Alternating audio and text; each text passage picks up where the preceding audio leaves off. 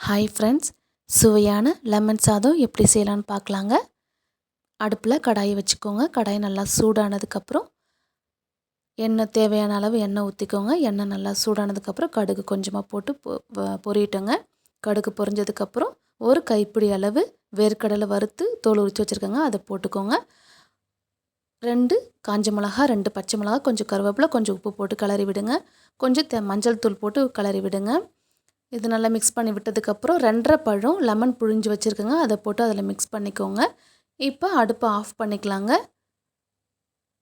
அடுப்பை ஆஃப் பண்ணிவிட்டு நல்லா மிக்ஸ் பண்ணி விட்டுக்கோங்க.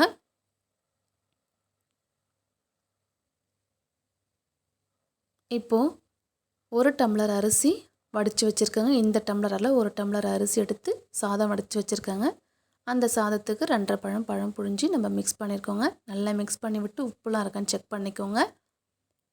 செக் பண்ணிவிட்டு சர்வ் பண்ணுங்கள். கமெண்ட் பண்ணுங்கள், ஷேர் பண்ணுங்கள், சப்ஸ்கிரைப் பண்ணுங்கள். தேங்க்யூ.